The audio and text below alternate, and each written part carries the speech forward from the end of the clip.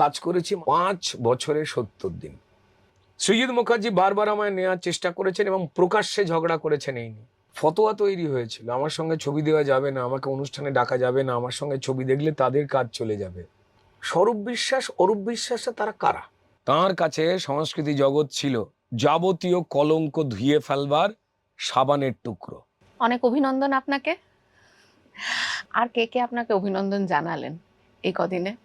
অনেক মানুষই জানিয়েছেন, যাদের সঙ্গে ব্যক্তিগত যোগাযোগ নেই তারা জানিয়েছেন, যাদের সঙ্গে ব্যক্তিগত যোগাযোগ চেনা পরিচিতি ছিল তারা জানিয়েছেন, যাদের সঙ্গে ব্যক্তিগত পরিচিতি ছিল কিন্তু যারা কোনো কারণে একটু বেশি ব্যস্ত হয়ে পড়েছিলেন এবং আমার সঙ্গে যোগাযোগ রাখছিলেন না তারাও জানিয়েছেন, সবাই জানিয়েছেন। এখন আপনি বিশ্বাস করছেন আস্তে আস্তে সবটা আবার বদলানো যাবে, সত্যি সত্যি আবার আগের মতো সম্পর্কগুলো হবে বলে মনে করছেন? যে সরকার পশ্চিমবঙ্গে এতদিন ধরে 15 বছর ধরে সর্বনাশের রাস্তাতে প্রাসাদ বানালো অন্যায়ের, মানুষ তাদের তো বিদায় জানিয়েছেন।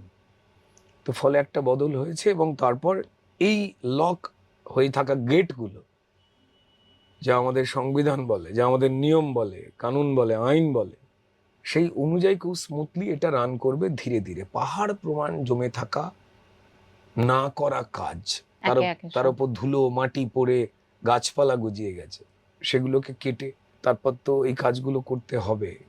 এটা মানুষ জানেন যে চুটকিতেই এক্ষুনি ম্যাজিকের মতো করে দেওয়াটা সম্ভব নয়, ধীরে ধীরে হবে।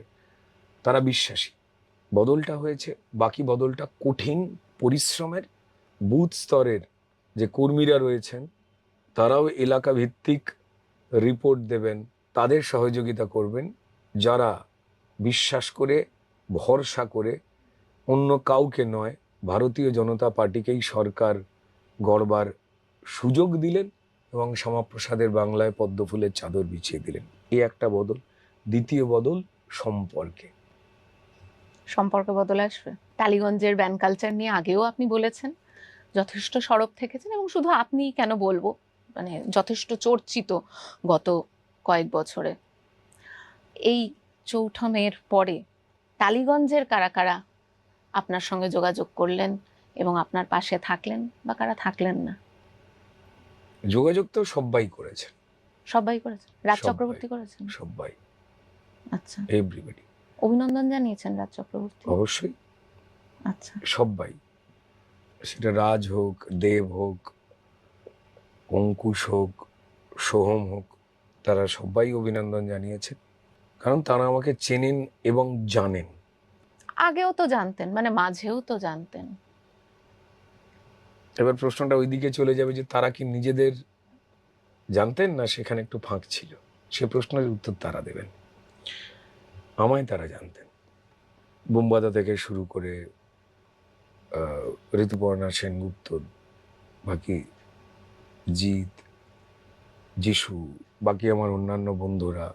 আগের পরিবর্তনের হাওয়ায় অনেক বন্ধু বিচ্ছেদ ঘটেছিল, আপনিই বলছেন ভিতর থেকে ঘটেনি।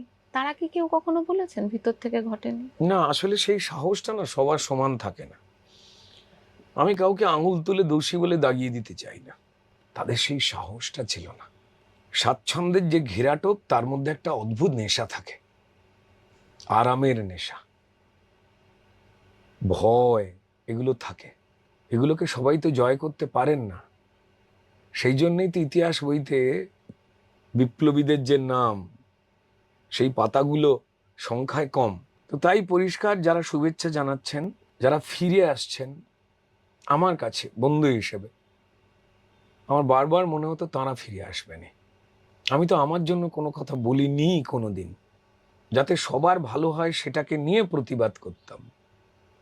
আমাকে বলতেন অনেকে, ক্ষতি হয়ে যাবে কাজের। 5-6টা বছর আমি কাজ করেছি মাত্র 70 দিন, গুনছিলাম 5 বছরে 70 দিন। শুধু রোজগারটা ভাববেন না কোন জায়গায় গেল।